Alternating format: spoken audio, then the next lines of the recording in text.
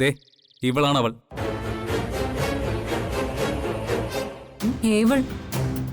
മൈഥിലി നാരായണൻ. ഏതെങ്കിലും ഒരു പെണ്ണിന്റെ ഫോട്ടോ ചൂണ്ടിക്കാട്ടി ഇവള് മൈഥിലി നാരായണൻ എന്ന് പറഞ്ഞ അത് വിശ്വസിക്കാൻ എന്റെ തലയിൽ കളിമണ്ണല്ല.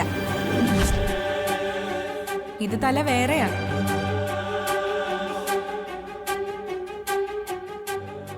ശരി, അതെ, ഞാൻ അവളെ വിളിച്ച് നിന്നോട് സംസാരിപ്പിച്ചാലോ? എന്തു പറയുന്നു? ആ അങ്ങനെയൊക്കെയാണെങ്കിൽ ഞാൻ കുറച്ച് വിശ്വസിക്കാം. ഓ,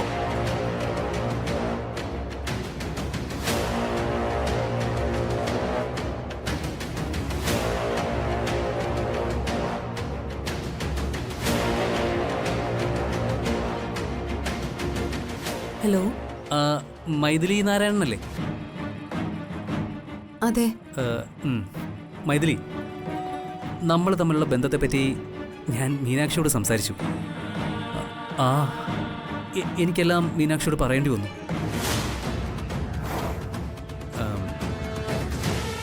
മീനാക്ഷിയെക്കുറിച്ച് ഞാനെല്ലാം മൈഥിലിയോട് പറഞ്ഞിട്ടുണ്ടല്ലോ അല്ലേ? ആ, മീനാക്ഷിയെക്കുറിച്ച് നീ പറഞ്ഞിട്ടുണ്ടല്ലോ. അതെ, മീനാക്ഷിക്ക് മൈഥിലിയോട് സംസാരിക്കണമെന്ന് പറയുന്നു. ആ, എന്നാ കൊടുക്ക്. ദാ മീനാക്ഷി.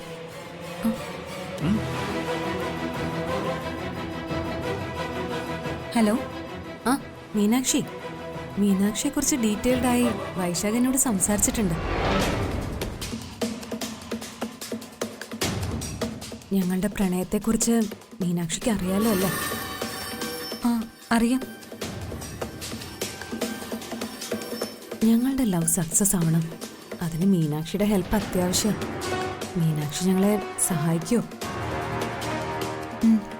തീർച്ചയായും തീർച്ചയായും ഞാൻ സഹായിക്കാം. Thank you Meenakshi.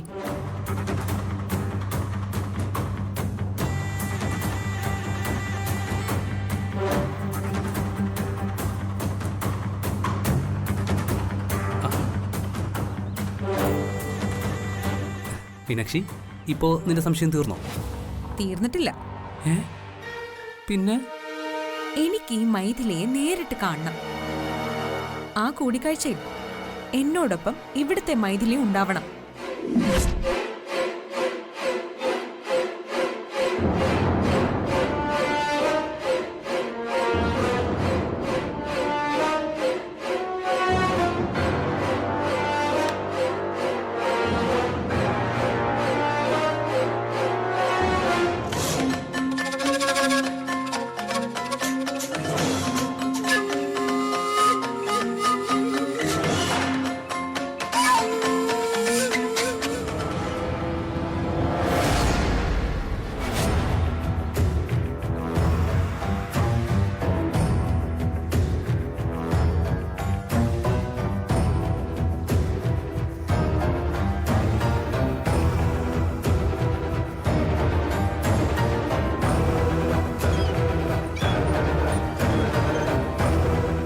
സർ. ആ, കാർത്തിമോൻ എന്നെ കാണാൻ വരണേന്ന് ഞാൻ ആലോചിച്ച് കിടക്കുകയായിരുന്നു. വരാൻ പറ്റിയില്ലെങ്കിൽ ആ, എല്ലാവർക്കും തിരക്കുകളാണല്ലോ. ജീവിതത്തിൽ ഒത്തിരി ചെയ്തു കൂട്ടിയതുകൊണ്ട് എനിക്ക് മാത്രം തിരക്കുകളില്ല. പരിപൂർണ വിശ്രമം. അങ്കിള് വിഷമിക്കാതെ.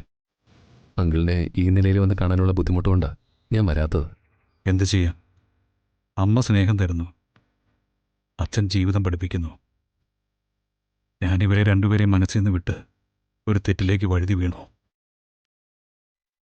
ഞാൻ എത്ര അലക്കി വെളുപ്പിക്കാൻ നോക്കിയാലും ഒരിക്കലും വെളുക്കാത്ത ജീവിതവേഷം എൻ്റേത്. പക്ഷേ ഒരു കാര്യം മാത്രം എനിക്കറിയാം. എൻ്റെ ജീവിതത്തിൽ എവിടെയും വിധിയായിരുന്നു വില്ലൻ.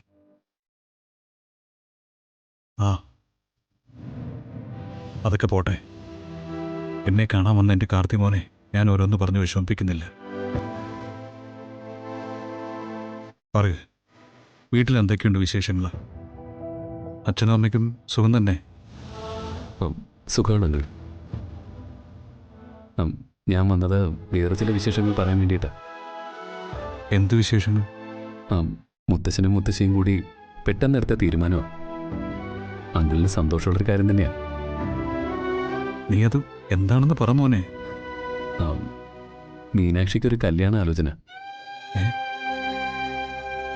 മോനെ, അവക്കതിനുള്ള പ്രായമായിട്ടില്ലല്ലോ. അതല്ലെങ്കിലും മാതാപിതാക്കൾക്ക് മക്കൾ എന്നും കൊച്ചുകുട്ടികൾ തന്നെയാണ്. എന്നാ അച്ഛൻ പറയുന്നത് ഞാൻ കേട്ടിട്ടുള്ളതാ. എന്നാലും എന്നിട്ട് ആലോചന എവിടം വരെ എത്തി? എൻഗേജ്മെന്റ് കഴിഞ്ഞു അങ്കിൾ.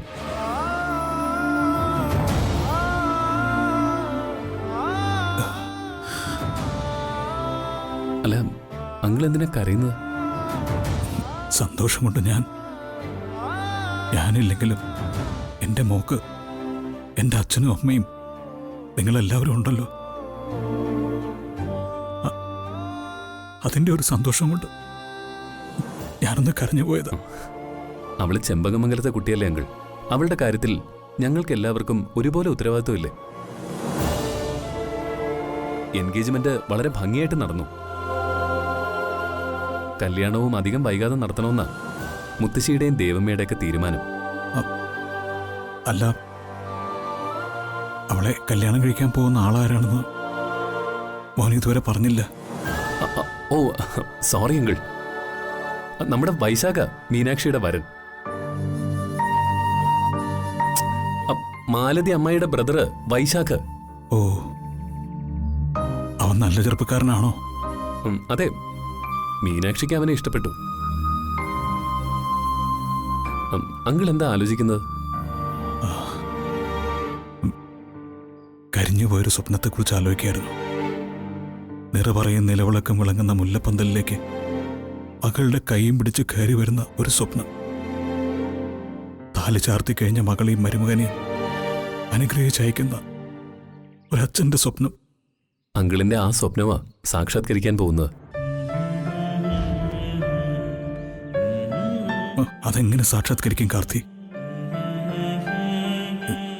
ഞാൻ ഈ തടവറയ്ക്കുള്ളിലാണെന്നത് മാത്രമല്ല കാര്യം. മാതാപിതാക്കളുടെ മനസ്സിൽ ജീവിച്ചിരിപ്പില്ലാത്തൊരു മകനാ ഞാൻ. അതായത് ഇരിക്കപ്പെട്ടും വെക്കപ്പെട്ട മകൻ.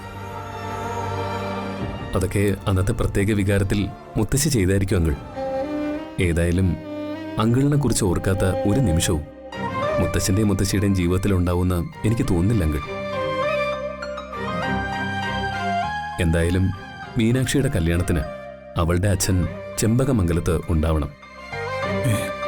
ഉണ്ടാകും.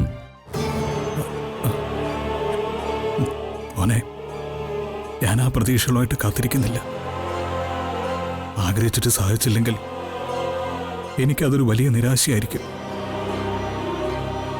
അതുകൊണ്ട് ഒന്നും ആഗ്രഹിക്കുന്നില്ല. മീനാക്ഷിയുടെ കല്യാണത്തിന് അങ്കിൾ ഉണ്ടാവുമെന്ന് ഞാൻ വാക്ക് തരാം. അവൾക്ക് സമാധാനവും സന്തോഷവും കിട്ടണമെങ്കിൽ അങ്കിൾ അവിടെ ഉണ്ടായേ പറ്റൂ. ശരി അങ്കിൾ, ഞാൻ വരട്ടെ.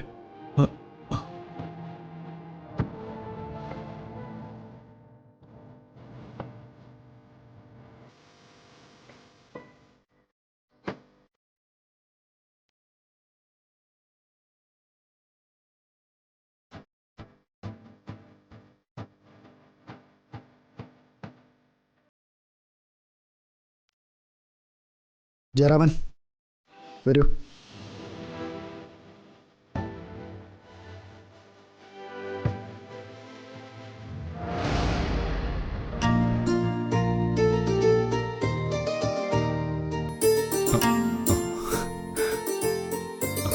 മൈഥിലി,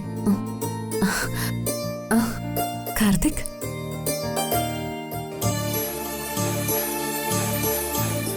ഇതെന്താ? ഇതൊക്കെയല്ലേ ഇനി വേണ്ടത്?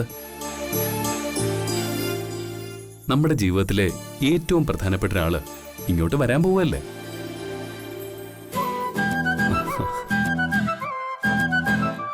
ഇനി കളിപ്പാട്ടങ്ങൾ കൊണ്ട് ഈ വീട് നിറയണം. എന്താ, അങ്ങനെയല്ലേ വേണ്ടത്? അതെ. എന്റെ മൈഥിലിയെ ഞാൻ പ്രണയവും സ്നേഹവും കൊണ്ട് മൂടിയതുപോലെ നമ്മുടെ മകളെ വാത്സല്യം കൊണ്ട് നമുക്ക് പൊതിയണം. നമ്മുടെ താരാട്ടുകൾ കേട്ട് അവൾ ഉറങ്ങണം. സ്നേഹവും ലാളനയും കൊണ്ട് നമുക്ക് അവളെ വളർത്തണം. വരുന്നത് അവളാണെന്നങ്ങ് നിശ്ചയിച്ചോ? പറഞ്ഞെന്നേ ഉള്ളൂ. അവളായാലും അവനായാലും സന്തോഷം തന്നെയാ.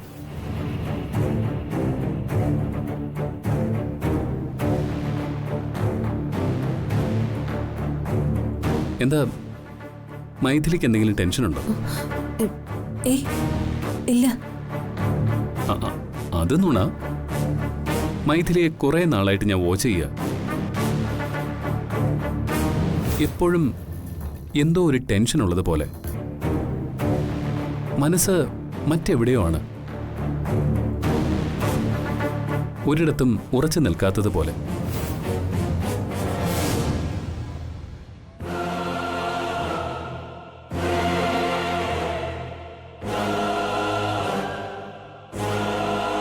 അത് കാർത്തിക്കിന് തോന്നുന്നതാ. എനിക്ക് അങ്ങനെയൊന്നുമില്ല.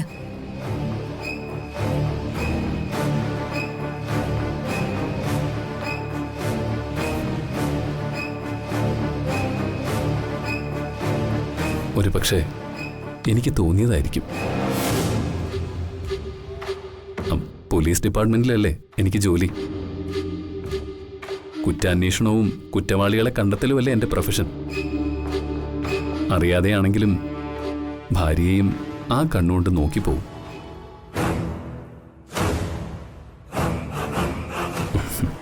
സോറി കേട്ടോ.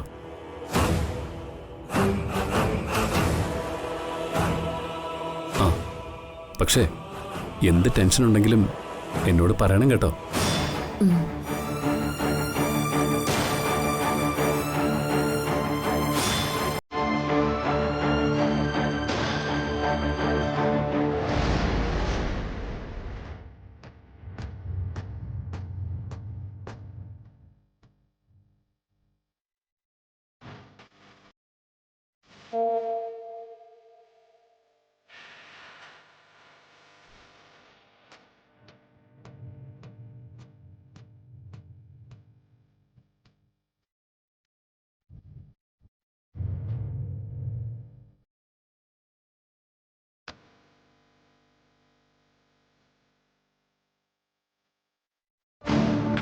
കാർത്തി, ഞാൻ ചായ എടുത്തിട്ട് വരാം. ആ ഓക്കെ.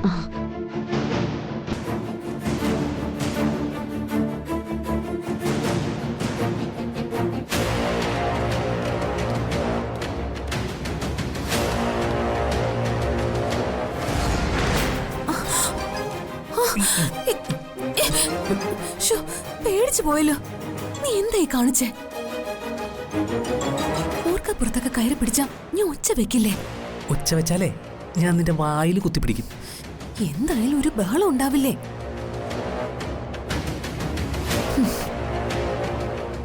ഈ വീട്ടിലാണെങ്കിൽ തൃശ്ശൂർ പൂരത്തിനുള്ള ആൾക്കൂട്ടമുണ്ട്. ഇവരുടെ ഇടയ്ക്ക് ഇവരുടെയൊക്കെ കണ്ണ് വെട്ടിച്ച് ഈ തരികടയൊക്കെ കാണിച്ചിട്ടും പിടിക്കപ്പെടാത്തത് വല്ലാത്ത അത്ഭുതം തന്നെ. എന്താ പിടിക്കപ്പെടണോ? നിനക്ക് തമാശ, എനിക്കാണെങ്കിൽ മനസ്സിനുള്ളിൽ തീയാ. എന്താ പിടിക്കപ്പെടുമെന്ന് പേടിച്ചിട്ടാ? ഏയ് പേടിക്കണ്ട. പിടിച്ച എനിക്കും നിനക്കും രാജലക്ഷ്മി വക മുഖമടച്ചു ഓരോ അടി. പിന്നെ നിന്റെ അമ്മായി അമ്മ വക ഓരോ ഇടി വേറെ. പിന്നെ പ്രശ്നമൊന്നുമില്ല. കാർത്തി അങ്ങ് കൊണ്ടുപോകും. മുറ്റത്തിട്ട് രണ്ടിനെയും പോലീസ് മുറയിൽ അങ്ങ് ചതയ്ക്കും. പിന്നെ എന്നെ ഡെസ്കിൽ കമഴ്ത്തി കിടത്തി അങ്ങ് ഉരുട്ടും. അപ്പോഴത്തേക്കും തോക്കും എടുത്തോണ്ട് എൻ്റെ അളിയനും മുത്തശ്ശനും കൂടി വരും. തോക്കിൻ്റെ പാത്തിക്ക് അളിയൻ എൻ്റെ മുതുകത്തിട്ടൊന്ന് തരും. അപ്പോഴത്തേക്ക് ഞാൻ ചത്തില്ലെങ്കിൽ മാത്രം അവരെന്നെ വെടിവെച്ച് കൊല്ലും. മനസ്സിലാദ്യം ഇട്ടി കൊല്ലാതെടാ. വിളിച്ച കാര്യം പറ. എടീ, മീനാക്ഷിക്ക് ആ മൈഥിലി നാരായണനെ കാണണമെന്ന്. ഏത് മൈഥിലി നാരായണൻ? എടീ, ഞാൻ മീനാക്ഷിക്ക് വേണ്ടി രചിച്ച ആ നീണ്ട കഥയില്ലേ, അതിൽ എൻ്റെ കാമുകിയായ കഥാപാത്രം മൈഥിലി.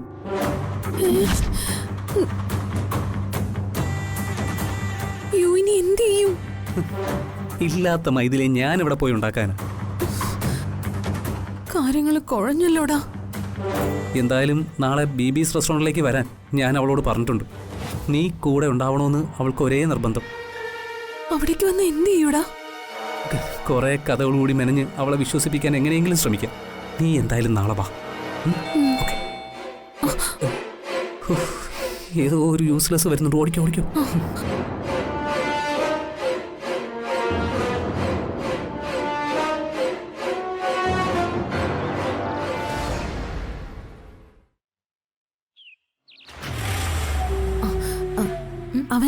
അവൻ എവിടെ വന്നിരിക്കാന്നാ പറഞ്ഞത് വൈശാഖ്? അവനെ പാളയത്തുള്ള ബിബീസ് റെസ്റ്റോറന്റിൽ ഇരിക്കാന്നാ പറഞ്ഞേ. നമുക്ക് അങ്ങോട്ട് പോവാം.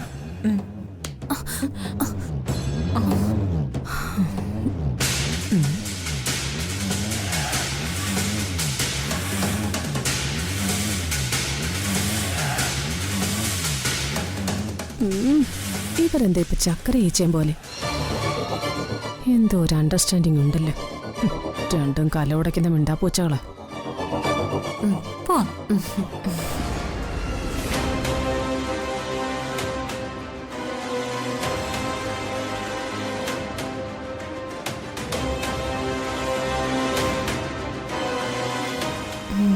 ദേ എന്റെ തങ്കപ്പെട്ട അച്ഛൻ പെങ്ങള്.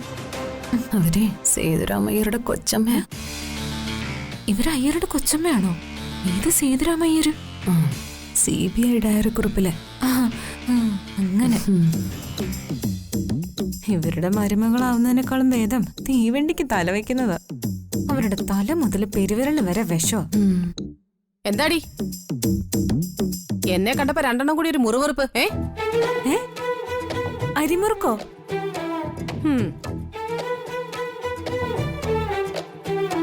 അരിമുറുക്കം അവരസുണ്ടോ അല്ല, മുറുമുറുപ്പ്. രണ്ട് മരവണ്ടുകളെ ഒരു പാട്ടയിലിട്ട് അടച്ചതുപോലെ എന്നെ ദൂരെ കണ്ടപ്പോഴേ ഒരുതരം മർമരം. മരവണ്ടും മർമരും എന്നൊക്കെ പറയാൻ എന്റെ അമ്മായിക്ക് എന്ത് പറ്റി? ദേ വേണ്ട, എന്നെ ആരുടെ അമ്മായി ഒന്നും ആക്കണ്ട. ഉള്ള പദവികളൊക്കെ തന്നെ ധാരാളം. രണ്ടെണ്ണം വിളഞ്ഞ വിത്തുകളാ. അല്ല അതിരിക്കട്ടെ, ആടയാഭരണങ്ങൾ അണിഞ്ഞ് അന്നനട നടന്ന് വിലാസവതികളായി രണ്ടും കൂടി എങ്ങോട്ടാ? ഒന്നും മനസ്സിലായില്ല. മൈഥിലി ചേച്ചിക്ക് വല്ലത് മനസ്സിലായോ?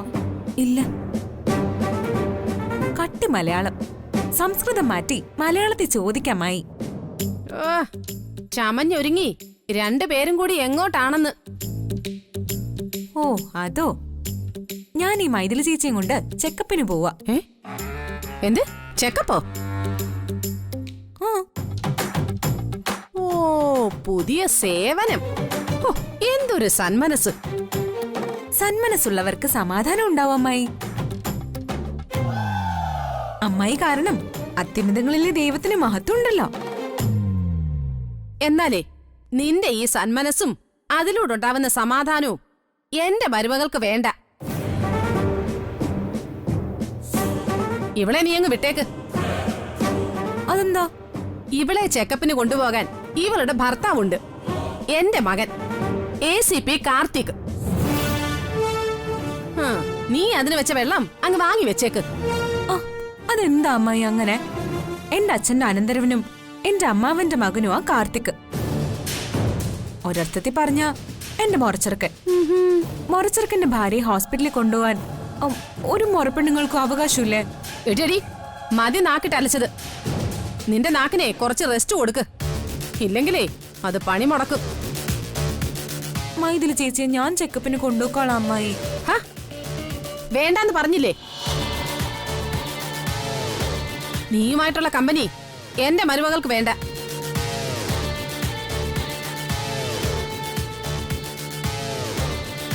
എന്തിനാ നറമ്പാലിനകത്ത് വെറുതെ നഞ്ചു കലക്കുന്നത്? അമ്മായി വേണ്ടെന്ന് പറഞ്ഞില്ലേ?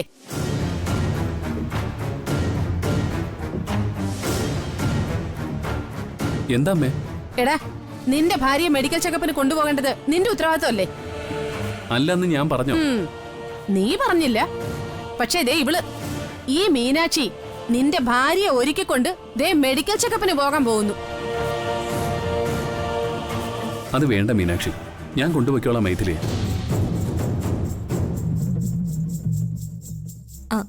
അല്ല ഞങ്ങൾ തയ്യാറായി വന്നതല്ലേ ACP. ഞാൻ കൊണ്ടുപോയിക്കോളാം. വേണ്ടെന്ന് പറഞ്ഞില്ലേ അവൻ? ഗർഭിണിയായ പെണ്ണ, നിന്റെ കൂടെ ഇവളെ ഞാൻ വിടില്ല.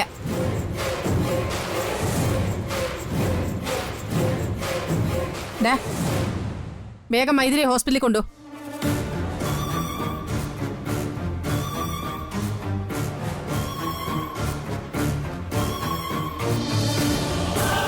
ഞാനൊന്ന് ഫ്രഷ് ആയിട്ട് വരാം. മൈഥിലി വെയിറ്റ് ചെയ്യൂ. കൊറേ മദർ തെരേസമാർ ഇറങ്ങിയിരിക്കുന്നു. അറിഞ്ഞേ അങ്ങോട്ട്.